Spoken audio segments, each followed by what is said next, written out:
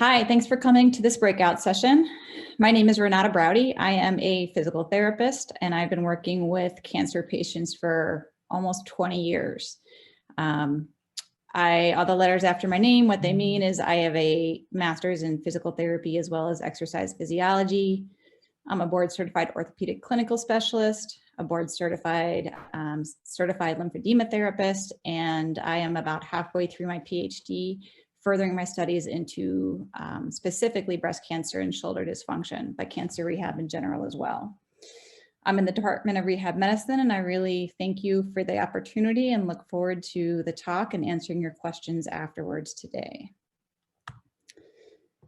So I'm going to start this talk with a picture of my family. This is about 20 years ago, so this will age me. The two babies in the front row are my nieces. They are now sophomores in college.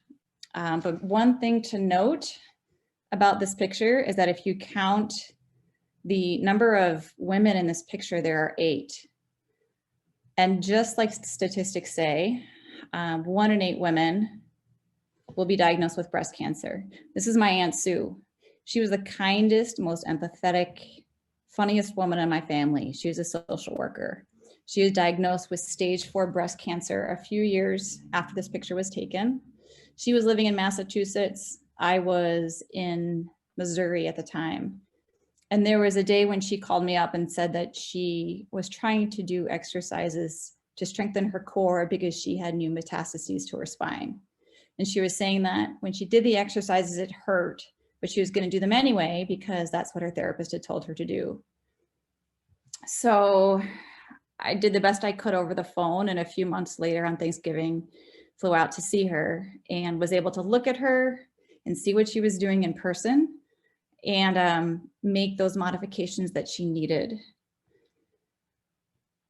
It would have been so much easier if there were ways that were available to treat her over the phone or over Skype or FaceTime, which we didn't think of, or as a lot of us do now, over Zoom or other forms of telehealth. But we didn't have that knowledge or that experience. And unfortunately, sometimes it takes something like a global pandemic to make those changes happen to accommodate the changing needs of people. So I'm going to keep this outline simple. What is cancer rehab? The impact of COVID-19 on cancer rehab, and what is the future of cancer rehab? Dr. Julie Silver is a well-renowned medical doctor at Harvard University at the Department of Physical Medicine and Rehabilitation. And she had this quote in 2018 that I think really speaks to the need for cancer rehab, because what she stated was, using statistics from the SEER database, was that we expect the growing number of cancer survivors in the United States to reach 26 million by the year 2040. And when you think that there are sometimes secondary or long-term effects of cancer and cancer treatment that I'll talk about later: balance, weakness, higher risk of falls, pain. There may be a lot of people that need help, and that's what this talk is going to address. So cancer rehab is a subspecialty of rehab medicine concerned with restoring and maintaining the highest possible level of function, independence, and quality of life to patients at all stages of their cancer diagnosis. And I think I highlighted this in red because there's a lot of points, and when I talk to students, I like to make sure they understand this, that sometimes cancer and cancer treatments make us weaker in some ways, even though they cure the cancer, which is of course the primary goal. But we need to make sure that we take care of the person during and after the diagnosis and treatment, and get them back to being independent, to enjoying life as much as possible, to being able to do the things they want to do. And this occurs to people at all stages. I've worked with people before surgery to 24 years after surgery, pre-bone marrow transplant to years after bone marrow transplant, et cetera. And people have different needs at all of those time points. And I think it's very important that we understand the specificity of those needs for each person. Speaking of which, the cancer rehab team, because of that variety of needs, really, a comprehensive team involves a lot of professionals: doctors, nurses, physical occupational speech therapists, dietitians, psychologists, psychiatrists, social workers, case managers. If I've left anyone out, I apologize. It's not intentional. And everyone has a specific role, a specific area of expertise. We as medical professionals have to remember to communicate amongst ourselves as well, to make sure that we understand the patient as a whole and we're not streamlined to just thinking about our own specific practice and expertise.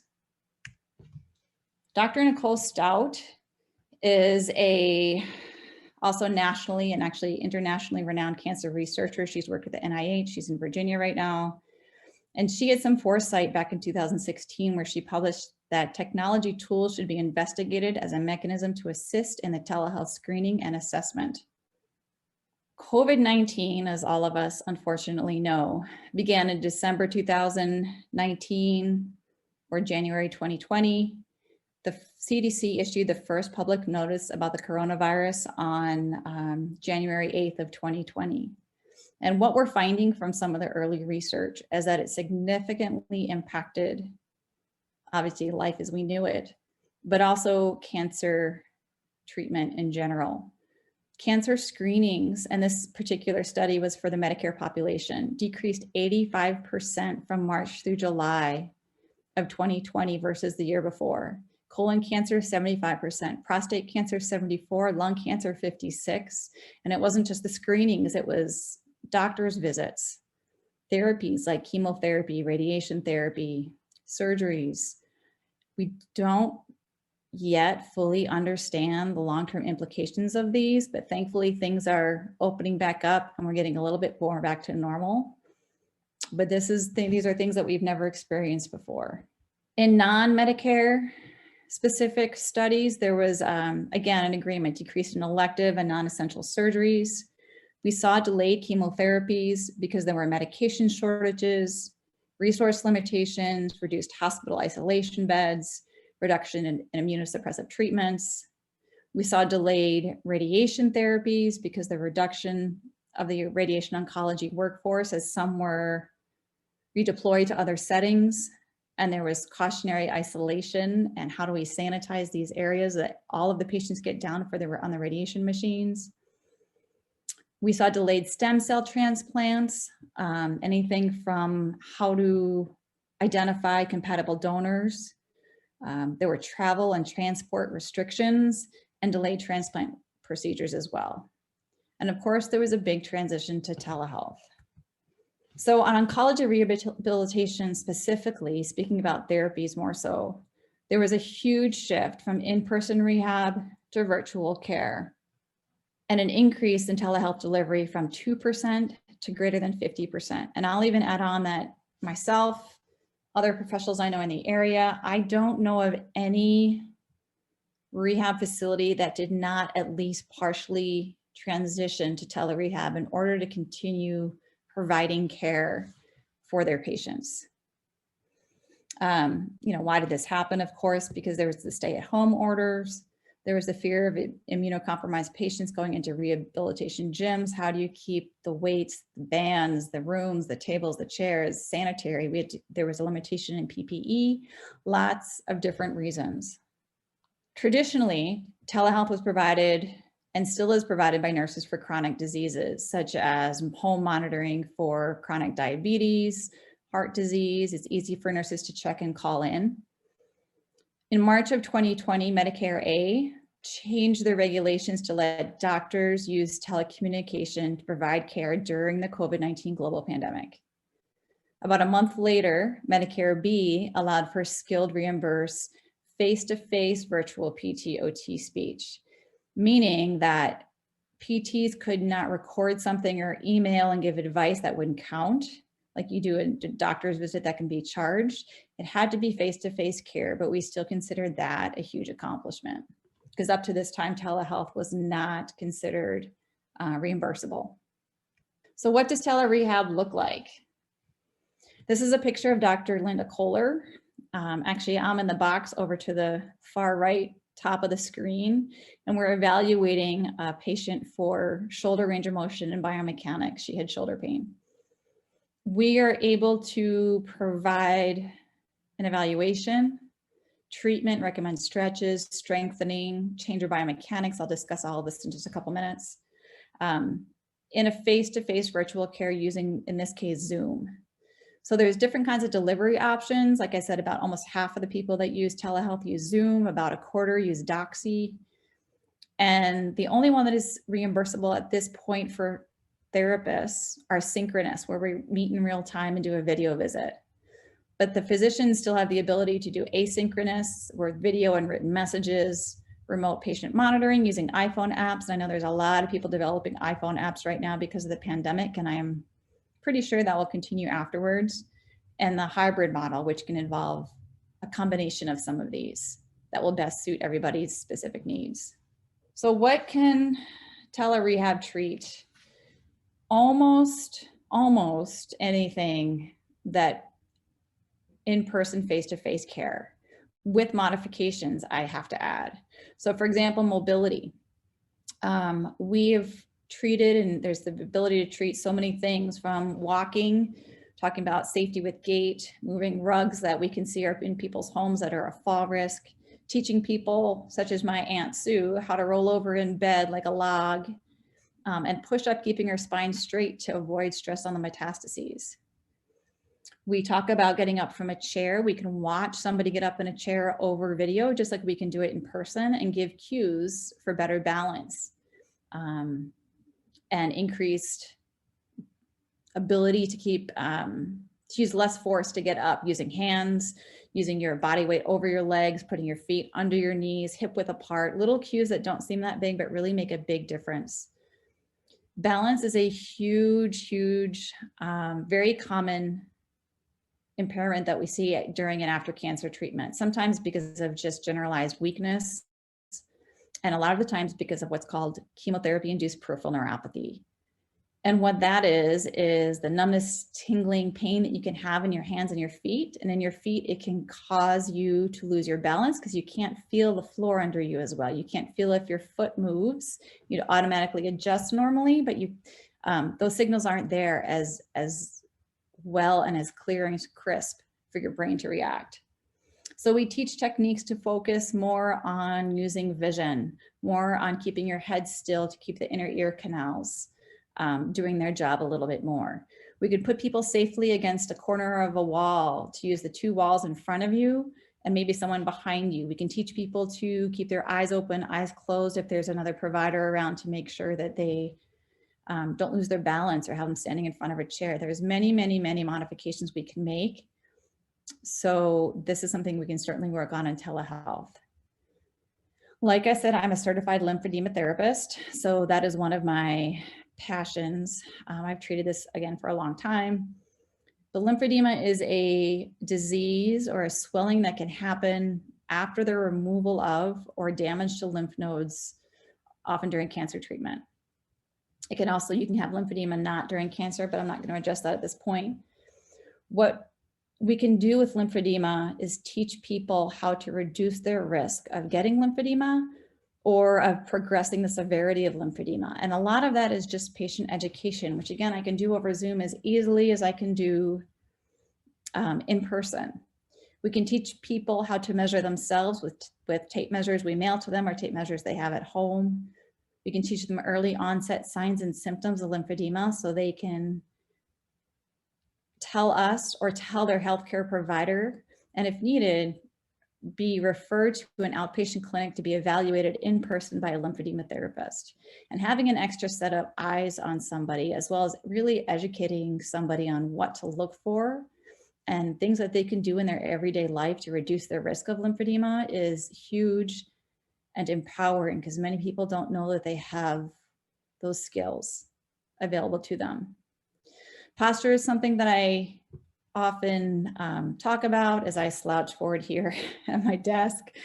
But posture, whether it's because of weakness, whether it's because of surgery, scarring, people with head and neck cancer often have surgery and scarring in the front of their neck. Radiation can further tighten tissues and causing us extreme forward head and neck position. Well, what that does is every inch forward your head moves on your body is like the head weighs 10 additional pounds. So teaching people the importance of getting their head back in line over their body and what that can do to the pain that they have in their neck or their shoulders or their back can be very impactful on their quality of life. Similarly, in women with breast cancer, due to surgery and or reconstruction, the tissues on the chest wall get tight, so the shoulder is often drawn forward, which leads to the next talking point of biomechanics as well. It changes how things move in that shoulder joint, and sometimes that can lead to or put somebody at increased risk for pain. Similarly, OBGYN surgeries, people often have lymph nodes removed and may have scar tissue around their hips, which can draw them into a forward flex posture. And we teach people to stretch that out as much as possible so they avoid overcompensating and hurting their back because they're trying to stand up straight.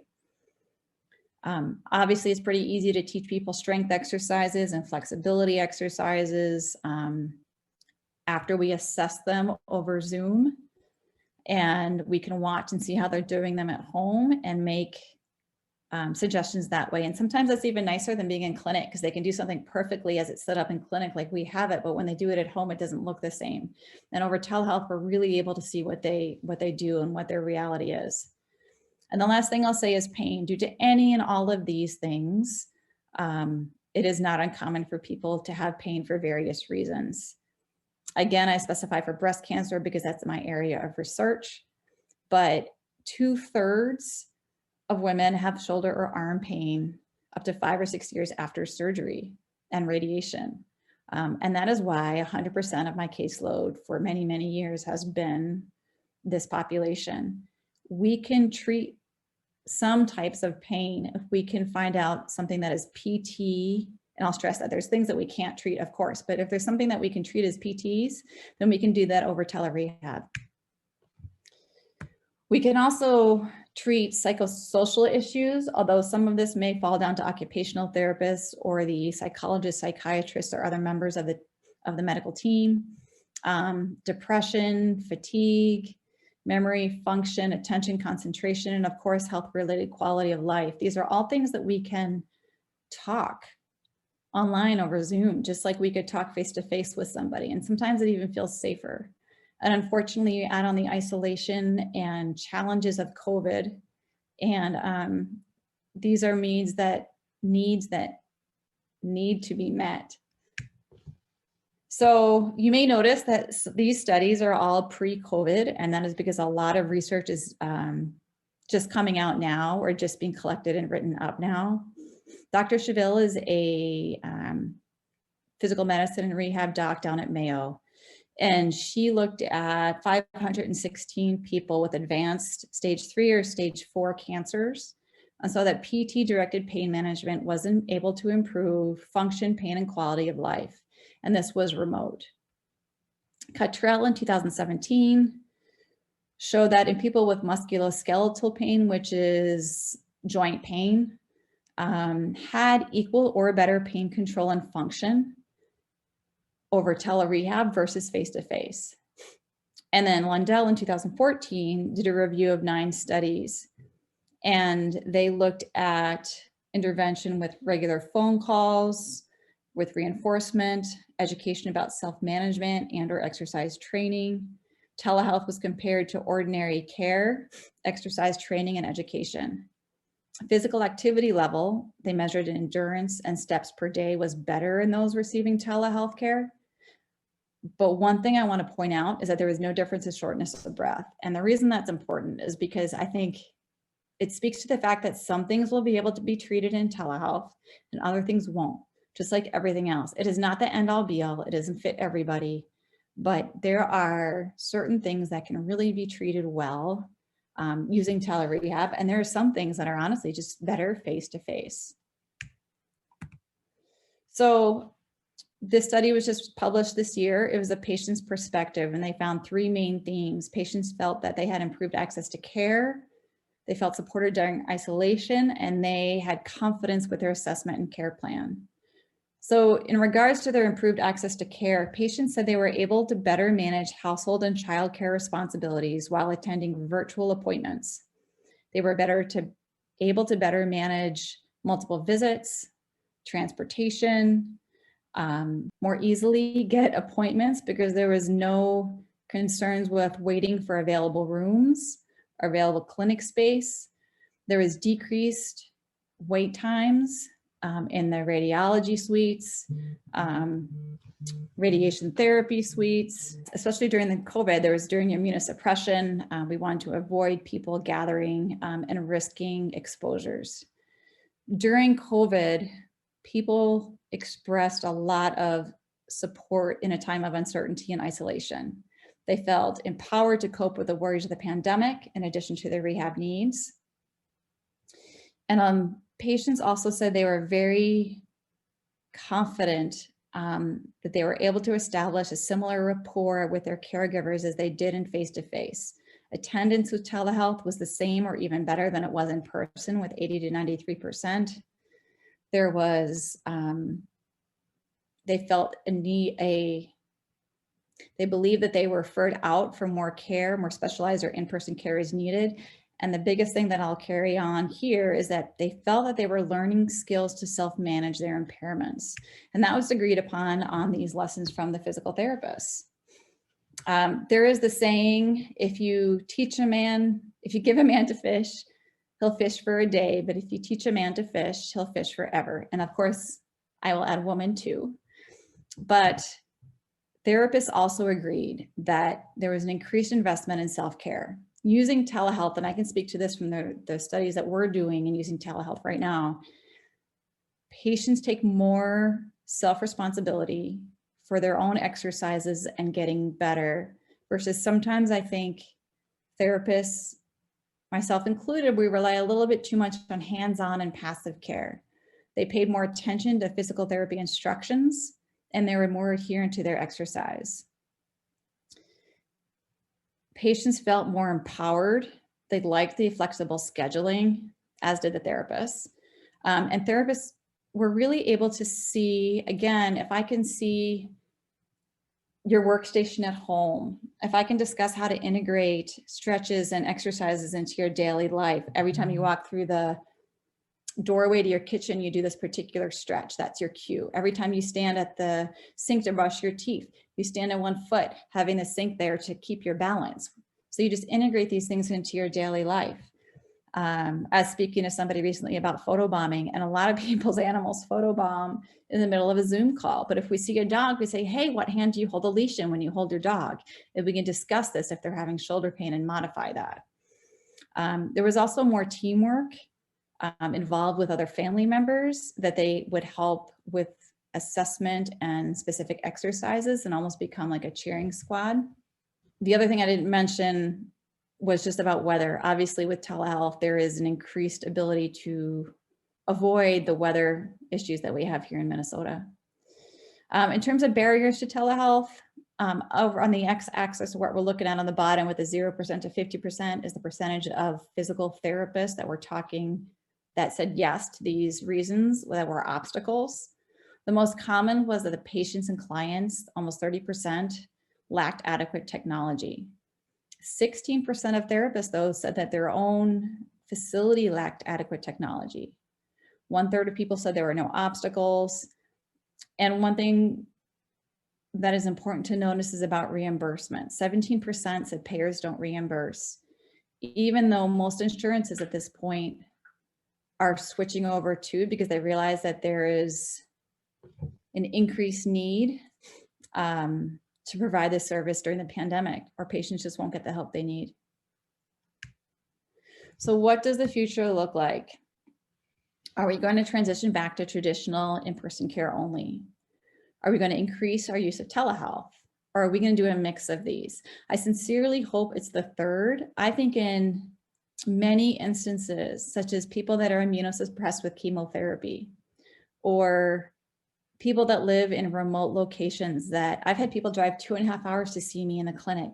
And I can't even imagine spending 5 hours in the car for a 1 hour visit to physical therapy. And if we can do that over telehealth, we can increase the number of times we can see people, we can increase their quality of life, because who wants to sit in the car for that long?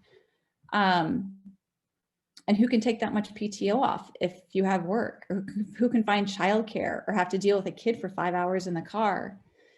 there's such an advantage to these populations that I hope this is something that we can continue. And the provision of telehealth can actually save the insurance companies money down the line, as we can identify problems before they become bigger issues requiring more doctor's visits, medications, possible hospitalizations. The issue and the key may come down to reimbursement. Of course, healthcare workers are in healthcare because we want to help people, but we need to be reimbursed to keep our companies afloat also. So we are hoping that increased research and patients talking to their doctors and their insurance companies about, for example, if any of you have had telehealth and it's been helpful, you should talk to your doctor and tell them that. And you should talk to your insurance company and tell them that. And honestly, that will make a huge difference. And maybe this will be something that we can continue to provide.